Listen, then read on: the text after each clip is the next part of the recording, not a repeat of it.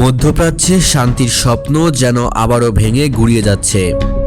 গাজার আকাশে যখন যুদ্ধবিরতির ঘোষণা দিয়েছিল আন্তর্জাতিক শক্তিগুলো, তখন আশা জেগেছিল হয়তো রক্তপাত কিছুটা হলেও থামবে, কিন্তু বাস্তবতা তার ঠিক উল্টো। গাজা প্রশাসন এবং আন্তর্জাতিক পর্যবেক্ষকদের দাবিতে জানা গেছে, গত কয়েক মাসে ইসরায়েলি প্রায় 400 বার যুদ্ধবিরতি লঙ্ঘন করেছে। এমন ধারাবাহিক আগ্রাসন শুধু গাজাকেই নয়, পুরো মধ্যপ্রাচ্যকে আবারও নতুন এক বিপজ্জনক অস্থিতিশীলতার দিকে ঠেলে দিচ্ছে। যুদ্ধবিরতির প্রতিটি চুক্তিতে ইসরায়েল প্রতিশ্রুতি দেয় বেসামরিক এলাকায় হামলা চালাবে না, মানবিক সহায়তার পথ খুলে দেবে এবং ড্রোন অভিযানে বিরতি দেবে। কিন্তু বাস্তবে দেখা গেছে রাতের অন্ধকারে ড্রোন হামলা, সীমান্তে গোলাবর্ষণ, বাড়িঘর উড়িয়ে দেওয়া এবং মানবিক কনভয় টার্গেট করার ঘটনাই বেড়েছে।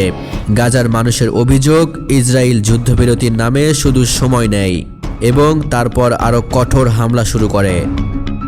এদিকে গাজার বিভিন্ন অংশে রাতভর বিস্ফোরণের শব্দে আকাশ কেঁপে ওঠে। শিশু, নারী এবং বৃদ্ধদের কান্নায় ভেঙে পড়ে আশ্রয়কেন্দ্রগুলো। অনেক অঞ্চলে বিদ্যুৎ নেই, পানি নেই, খাবার নেই।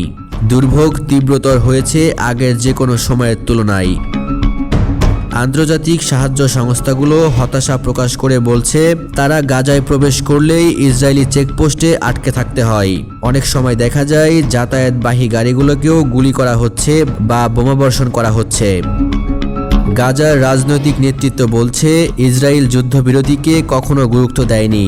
তারা যুদ্ধবিরতির ভাষাকে কেবল রাজনৈতিক অভিনয় হিসাবে ব্যবহার করে আন্তর্জাতিক চাপ এড়ানোর জন্য। তারপর একই রাতে আবার ক্ষেপণাস্ত্র হামলা চালায়। গাজার হাসপাতালগুলোতে আহতদের ঢল নামছে, চিকিৎসা সামগ্রী শেষ হয়ে গেছে, আর চিকিৎসকদের চোখে মুখে ক্লান্তির ছাপ স্পষ্ট।